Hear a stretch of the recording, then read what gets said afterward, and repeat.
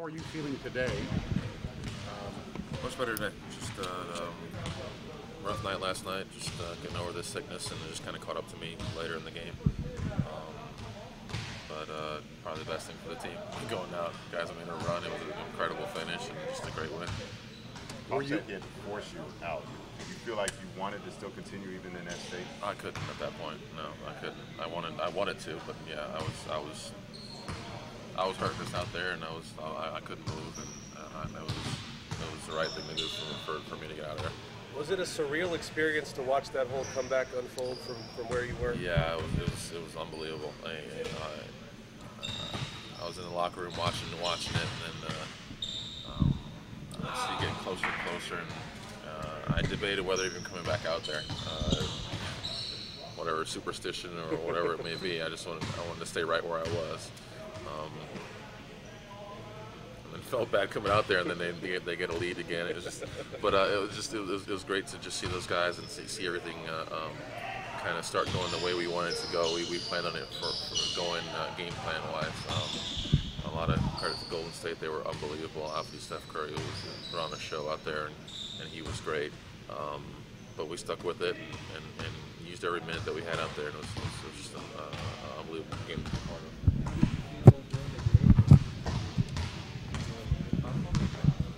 I knew it was going to be.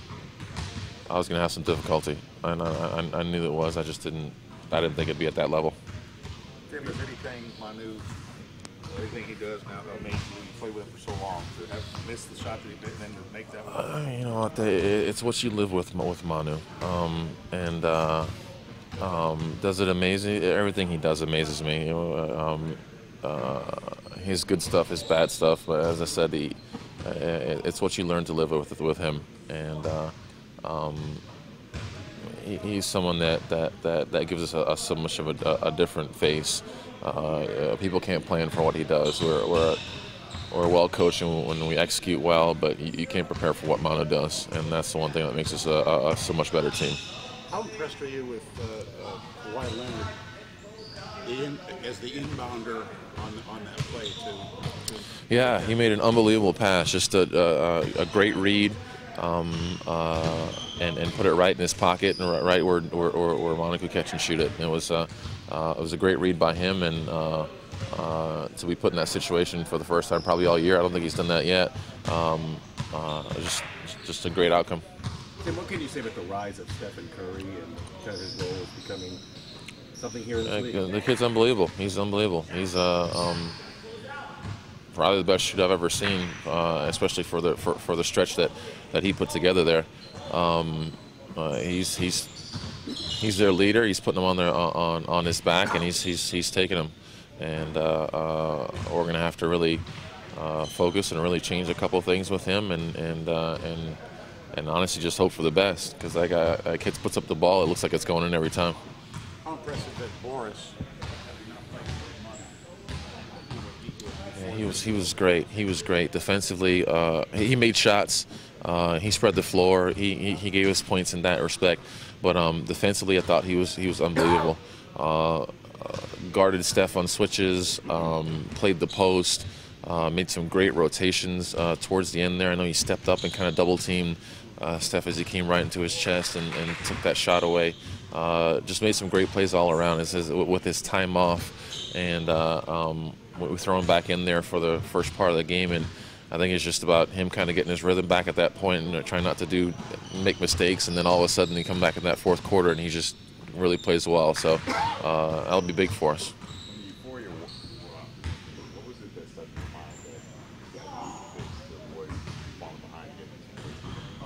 Steph Curry, we got to do a better job with him. Giving up 40 whatever points he had to him.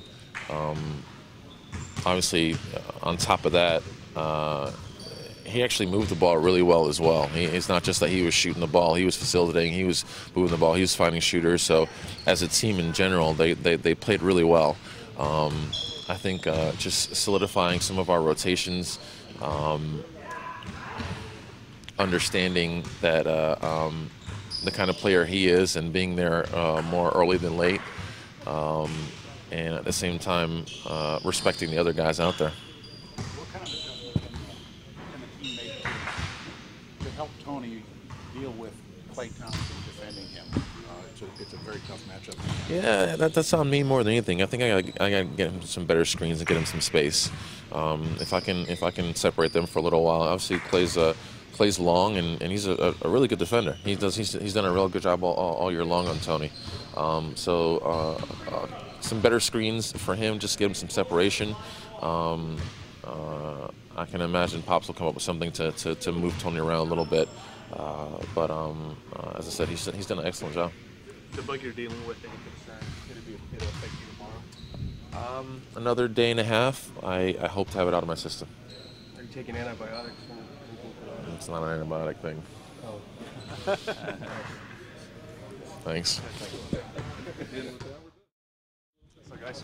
Did you get your omelet? Not from him. My wife had to do it for me. I think there was a stat floating around on Twitter that teams have been 0-392 when trailing by as much as. Second.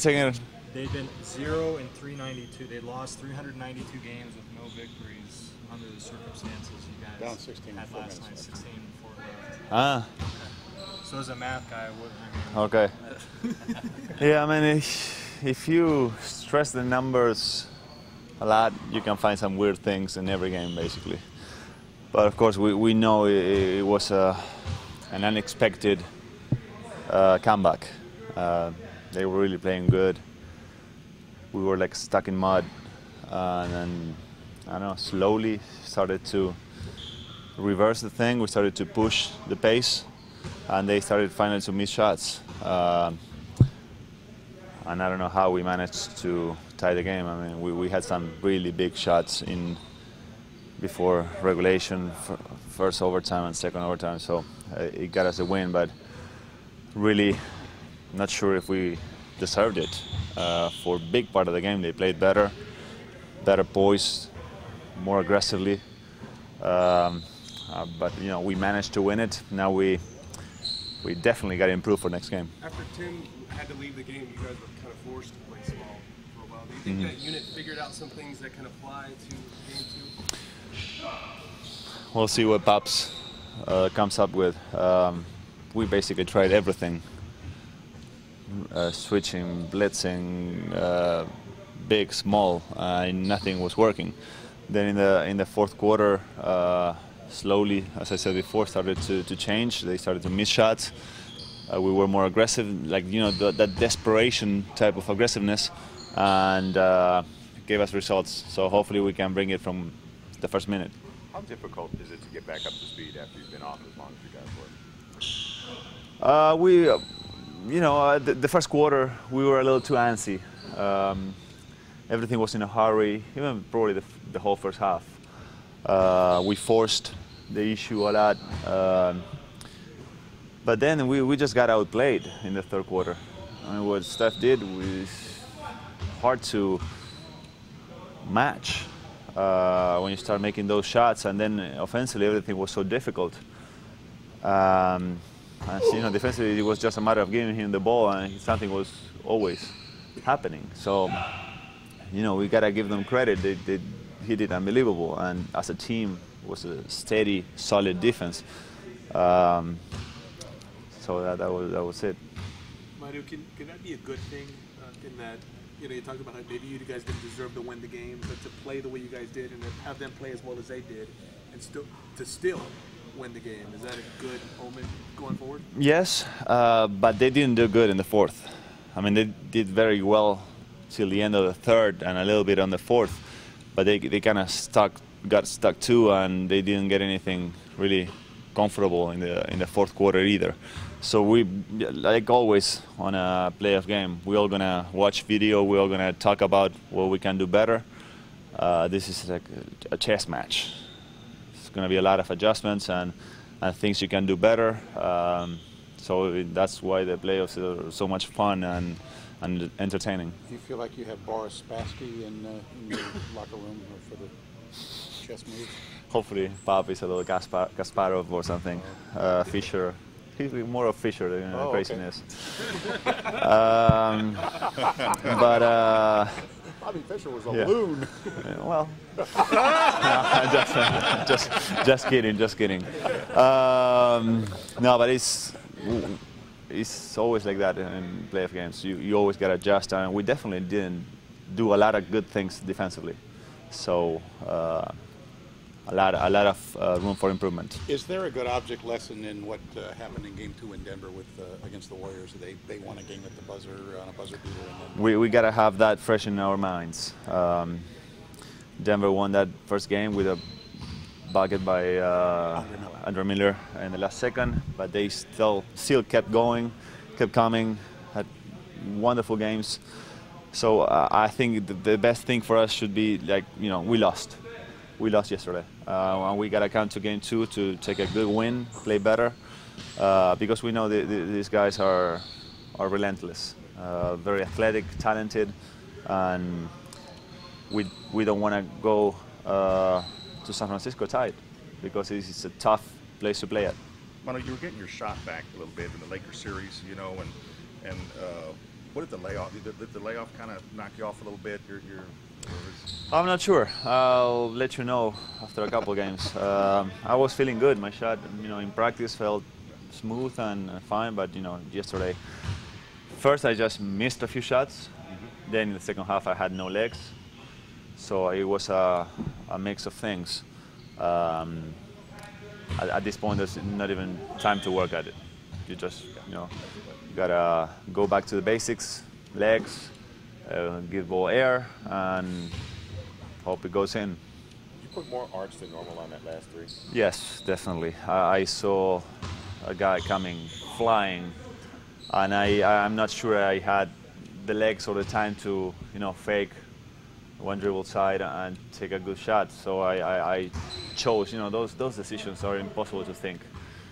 You just do what your guts tells you. And I just saw him flying, and I tried just to give a lot of air to that shot. If he had closed quicker, did you feel like you had Boris under the basket for him? No, that wasn't it. No, it was very hard to see in that situation. I was looking at Kawhi to get the ball, and then I just saw him closing up. Closing up. So my second option would have been, fake and one dribble to a side. I really didn't have time, I think, to find Boris. Thank you. what did you make Manu for breakfast today? That was a good quote last day. Yeah.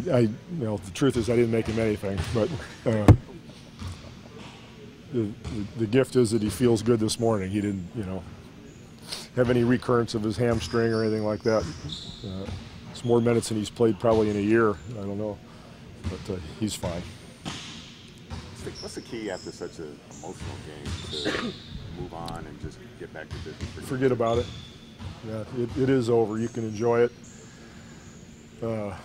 for a short period of time, but now all that matters is that next game, and we know how they'll come back and how they'll react to a tough loss.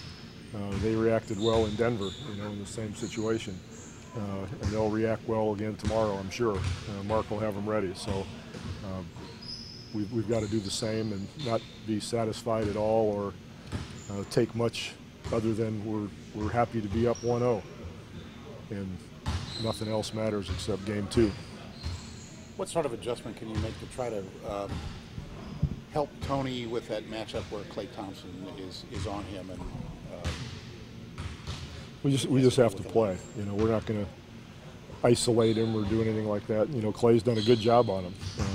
He does a fine job.